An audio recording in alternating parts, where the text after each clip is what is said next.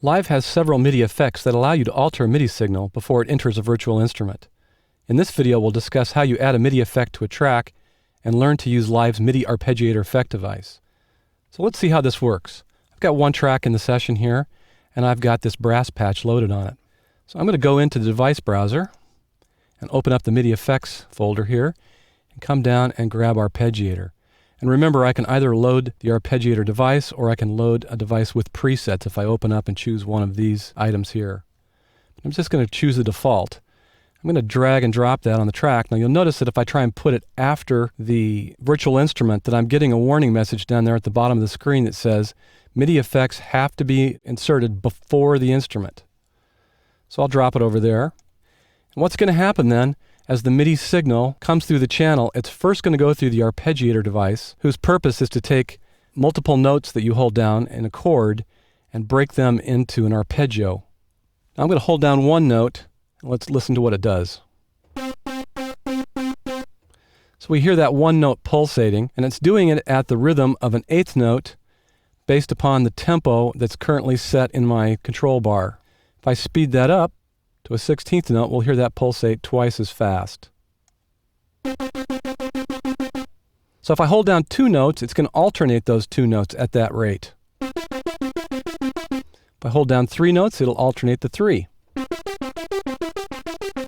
Now if I go up to the style chooser, we'll see that there are several arpeggio shapes or styles available. So I was on up, let's try up and down. Okay, that's pretty easy to understand. If I choose converge, it's going to play the notes on the outside of the arpeggio, the lowest and highest, and then the middle.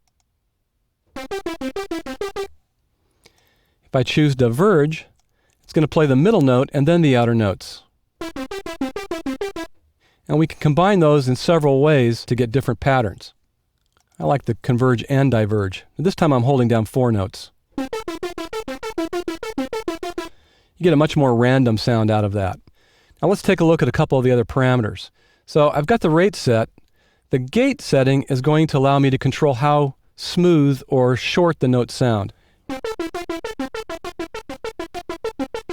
So smaller values are going to yield a very staccato or short sound, whereas longer values are going to give me more of a sustained or legato sound.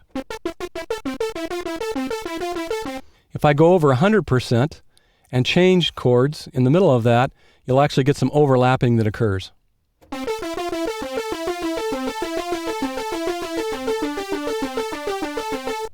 Now, if I hold something down and have the hold button enabled, those notes will continue to repeat until I change to other notes.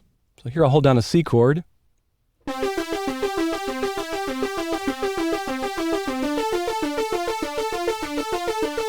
And that continued until I changed to a D minor chord.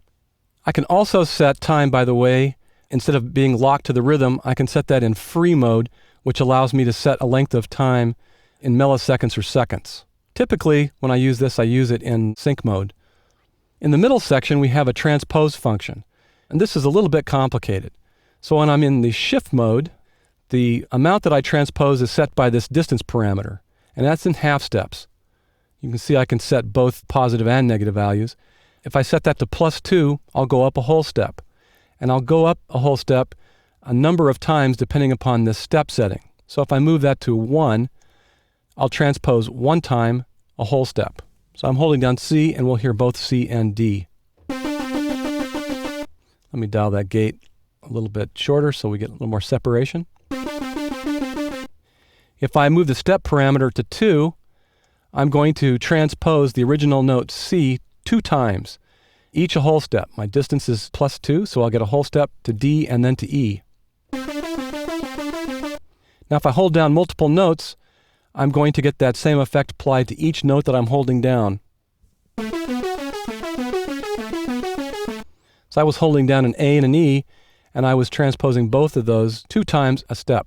Now if I change the transpose function to major, I'm actually in a mode now, and it's going to force all notes that I play or that would be transposed into that mode or key. Now I'm in major, and right now I'm in the key of C. One thing that changes here is that the distance function is no longer in half steps, but is now in scale steps. So if I set that to +1, I'm going to go up a whole step. If I set that to 2, I'm going to go up a third in the scale. So again, I'm going to move this down to 1. And if I hold down a C, it's actually going to transpose it up a major third to E.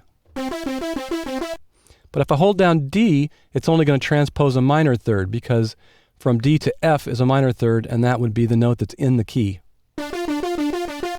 So if I hold down 2 notes, I'll transpose both of them by that increment. If I hold down 3 notes, I'll transpose that, and it'll all stay in the key. I can also transpose this and be in another key. So if I wanted to go to the key of D, for instance, I can shift it there. And now instead of the notes being forced into the key of C, they'll be forced into the key of D. So for instance, if I hold down an F natural, it's actually going to play an F sharp. So I was actually holding down a D minor triad there, and it was actually arpeggiating based upon a D major triad. And I can do the same thing in both major and minor. Let's put this back on shift, and I'm going to set this to one of my favorite settings, which would be a fifth above, and I'm going to put that on a 2. This time when it transposes it, it's going to transpose each note that I hold down by a perfect fifth higher than the note, and it's going to transpose that twice. I'm going to hold down 3 notes and we'll hear that. So we're getting a quite interesting pattern. Now I want that to change in time, so I'm going to turn on the velocity function. And what will happen now is that as I hold the notes down, they're going to change to a target velocity set by this parameter here. So if I want them to get softer, I'll turn this down to a target velocity near 0. And we'll hear as I hold this down that it's actually going to decay over time to that velocity. Now 1 second is pretty quick, so I'm going to make the decay time just a little bit longer by dialing up this parameter.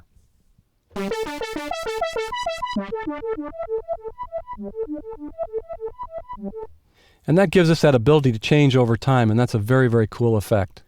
Okay, and the last thing that we'll look at here in the Arpeggiator plugin is this retrigger function. And this determines how a pattern is retriggered. So if I turn on retrigger and I go to this area over here, I can set this into beat mode, note mode, or off.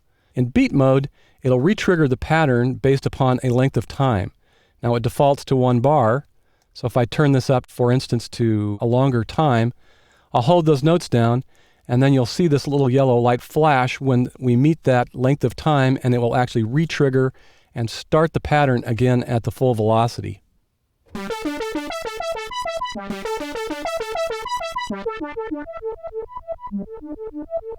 So we saw that pulsate at the end of 2 bars. Now I can also do this based upon when I actually play another note.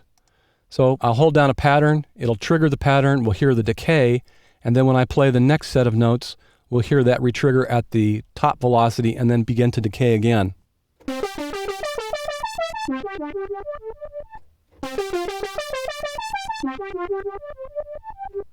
So it's a very useful effect to have the pattern actually change over time. That creates a lot of interest.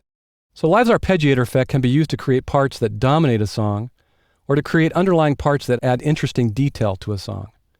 Give Arpeggiator a spin, and try it in combination with other MIDI and audio effects.